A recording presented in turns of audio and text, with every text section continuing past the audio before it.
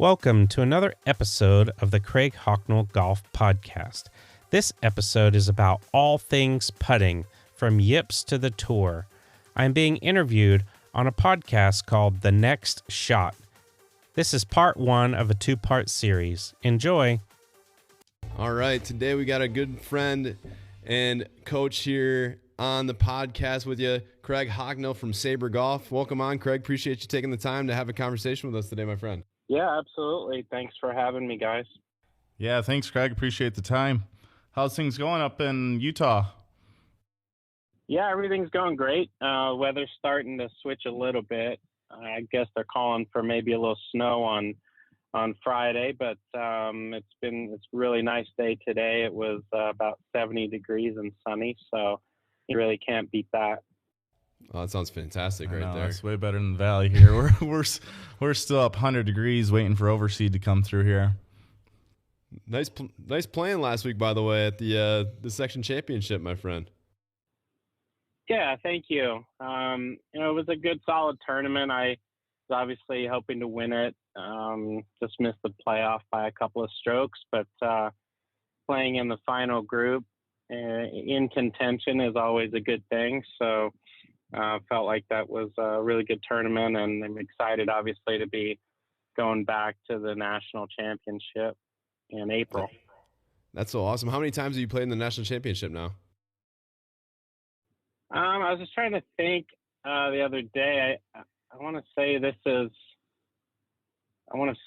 be my seventh or eighth time, maybe seventh time playing in it, and the eighth time qualifying for it. One of the years that I qualified for the professional national championship, I actually got my web.com tour card the same year. So I played in too many tour events, so wasn't eligible to play in the National Club Pro. But yeah, so it's good. It's fun to be able to go back. It's such a great tournament. Yeah, that's kind of a good problem to have, though. Yeah, exactly. Playing too many tour events to qualify for it. That's awesome. Yeah, they allow you to play in up to 10, pretty significant tour events, and they do include some mini tour events, so you have to be careful of what you choose to play in. But at that time, I think I'd played in 6 web events and a couple Canadian tour events over it wasn't like a calendar year. It was over a 12-month period prior to nationals, and was not able to play at Bayonet course in Northern California. But I was able to get there a couple years ago. So it feels like it's come full circle, and obviously still playing good golf after quite a long time. Yeah, you've been playing some fantastic golf, at least since I've been out here in the Valley. I remember I was at a teaching summit that you were hosting, and you kind of talked briefly about when you started putting better, you took your game to a whole different level that you've never been to before. And kind of what age was that when you started really seeing that difference? And can you speak a little bit more about what that difference was to you? And was it putting? Was it your mindset? Was it something in your golf swing? Yeah, it was kind of a combination of everything, but my need to improve my putting really just stemmed from just frustration. People would say, well, he's the best, ball striker that's not on tour. My putting was streaky, like a lot of good ball strikers, a lot of good players out there. Oftentimes we struggle with putting, but it's not all the time. We're either good enough athletes, or we just figure out how to focus better at times. And, we can still play well and still win tournaments, but being streaky is extremely frustrating, because obviously if you're going to hold a tour card, or you're going to succeed as a player, you can't really afford to be streaky. You're relying too much on just getting lucky in the right tournament at that point. So basically what happened for me was I had played in the Club Professional National Championship at Reynolds Plantation in Georgia. And when you play well in that tournament, you make the cut, you get an exemption through to the first stage of Q School.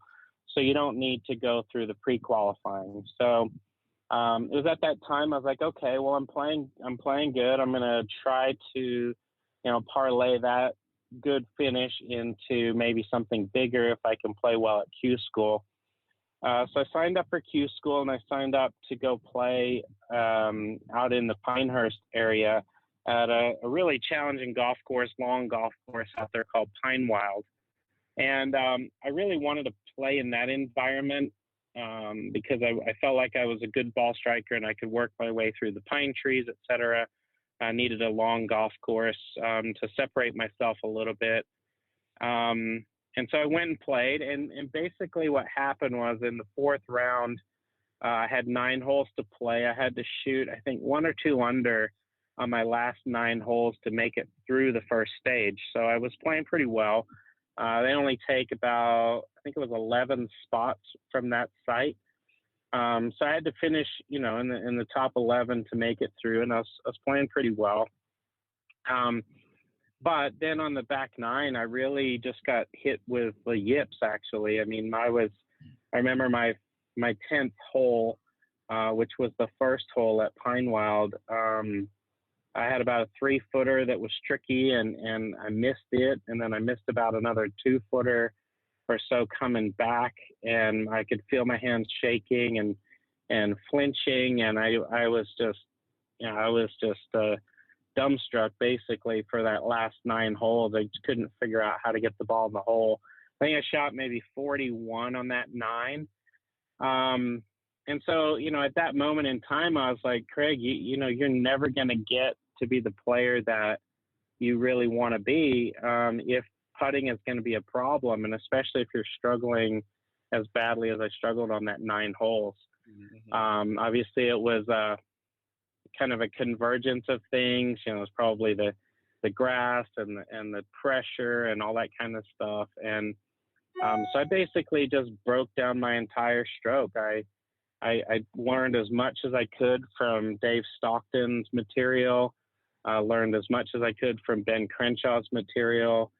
And I basically kind of formulated my own plan as to how I was going to set up, what putter I was going to use, what length, what lie, what loft, how I was going to go about practicing, and then what mindset I was going to have. And it was really at that point, I guess that was 2009, where I said, you know what, I'm going to fix this. I don't need to worry about my driving or ball striking in general. I've got a solid short game. It's putting that's holding me back. So I just dove straight in the deep end and set out to really fix it. And basically it's from that point on, I mean, now we're 2019, from 2009. So 10 years now, I've been putting great. I'm probably recognized now as one of the best putters. And, that took me so far as to start, designing and developing my own line of putters, because I felt that even though I was a really good putter, I was using a Scotty Cameron Circle T that I got at the final stage of Q School, stuff like that. I really felt like the putter was still holding me back a little bit. So that's what kind of fed me into designing my own putters. And so I guess in 2009 is when I decided to quit my job as a teaching pro and really dive into playing full time. And then 2011, I actually made it through all 3 stages of Q School, with a chance at a PGA Tour card, and ended up with a conditional, at the time it was the Nationwide Tour, which the first year I was out there, it converted to Web.com Tour. And so it worked, obviously. I mean, my game transformed from being a good ball striker that wasn't on tour to a good overall, good all-rounded player that had a tour card. So, I was very proud of my efforts in doing that. Yeah, that's such a cool story, and how to be able to go through and break down everything and kind of restart from scratch. That's incredible. And especially, what was the mindset change that you really implemented during that time frame with your putting?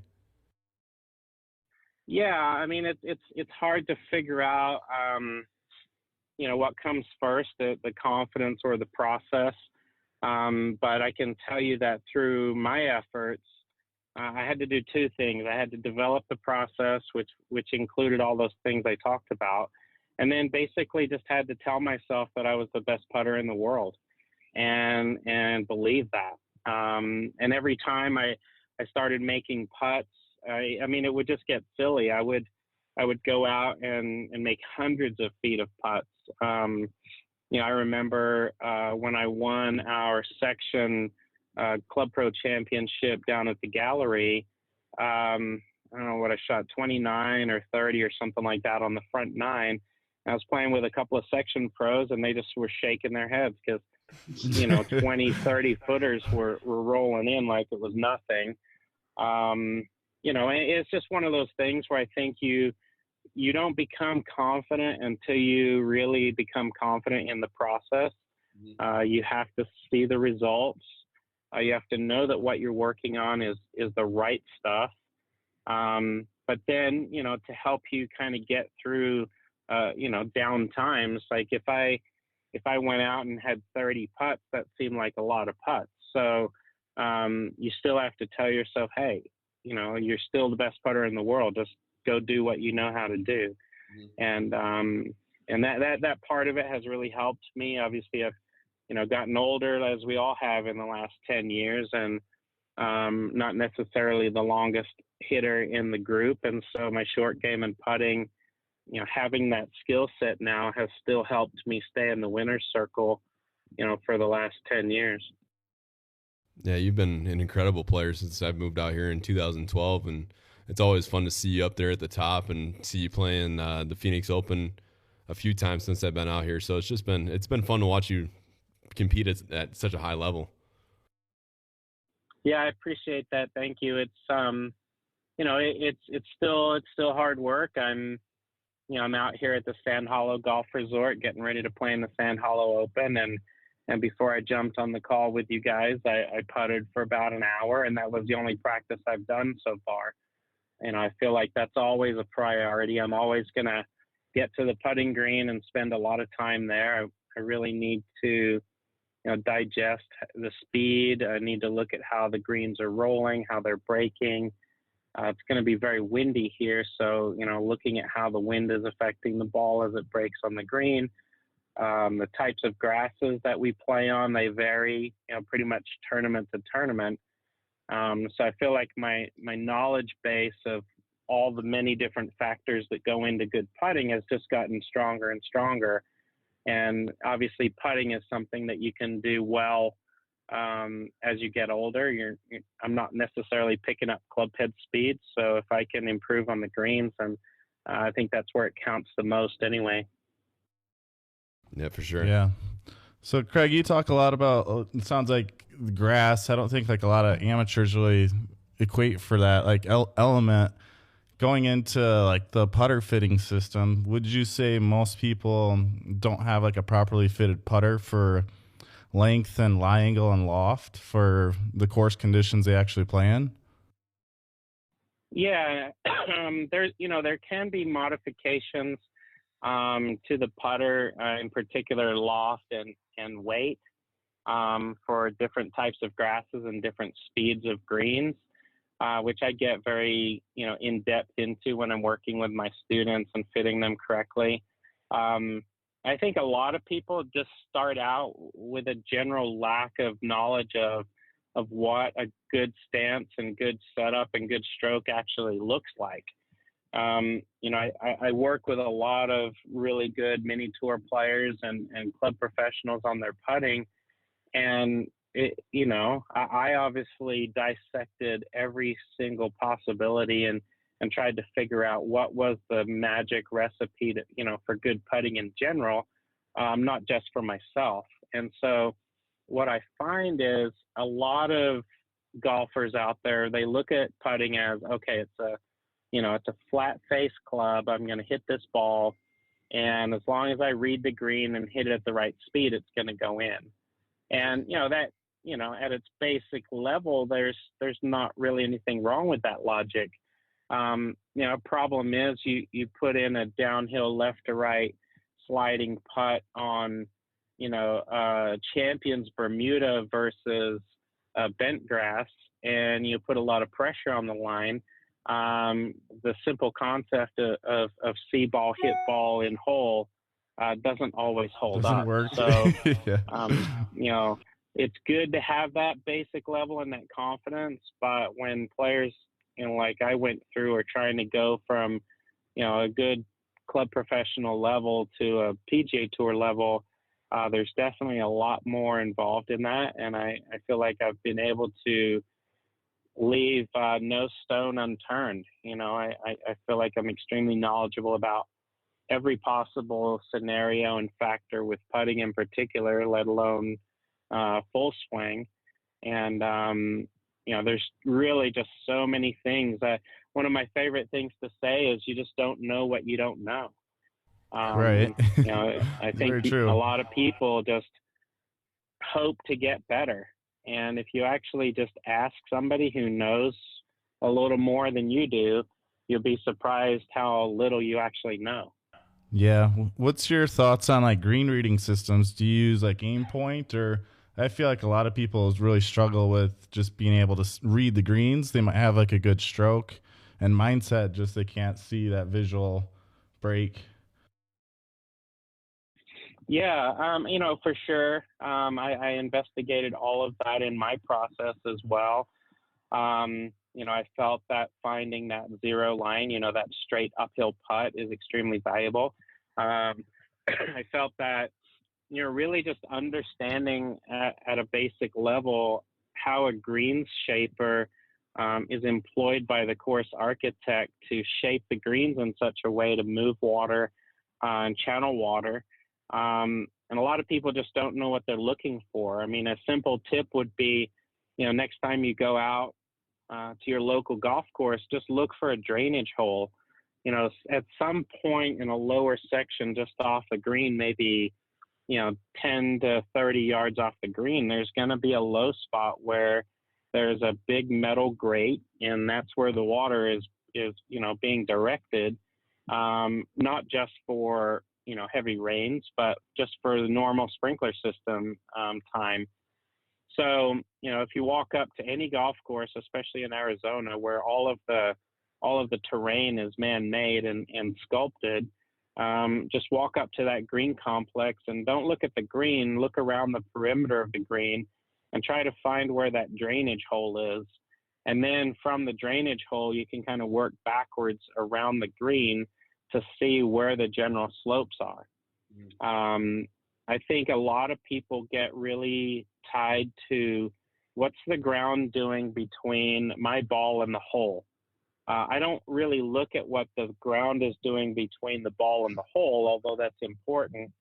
I look at the entire section that the cup is cut on and where my ball sits relative to that section, and then where the water is going to drain and where the general flow is. So I definitely take more of a 10,000 foot view initially. And then, because I've been working my system now for 10 years, I can very quickly determine, where that ball's going to go and how hard I need to hit it. The grain influence, is there some type of influence on the grain depending on the grass type? Is it in the morning or is it in the afternoon? Where's the humidity? There's a lot of factors that really go into really not leaving your putting up to chance. And it's just like anything that you learn in the beginning stages. Yeah, it takes time and it kind of clogs up the mechanism a little bit. But over time, and the more chances you get to prove out your process, the faster you get at it. So it becomes a very natural and very instinctive thing, but only after practice. It just doesn't pop up. And it doesn't happen right away. Easy. Yeah, I love that. I love that point that you made, that you take a very broad look at the green complex and don't let yourself get so narrowly focused on just the line that's in front of you. Like you said, a lot of people don't really take that into account and go through walking up to the green, seeing those drainage spots, seeing where those bodies of water are, to where that they give them a really good understanding. They just get so narrow-minded that they want to just see the line and then go hit the putt. So it's a lovely thing to have people work on. I know you worked for Cure Putting right before your putter really came out. What did you learn from Cure, and did you implement a lot of that stuff into your putter?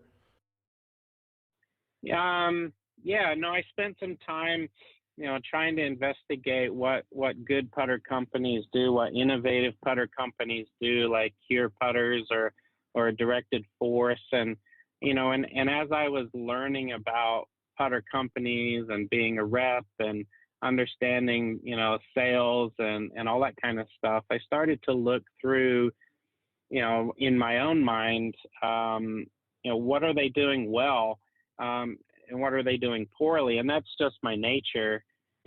Working at a country club, I'm always trying to figure out how to help the entire operation, from valet all the way to locker room, et cetera.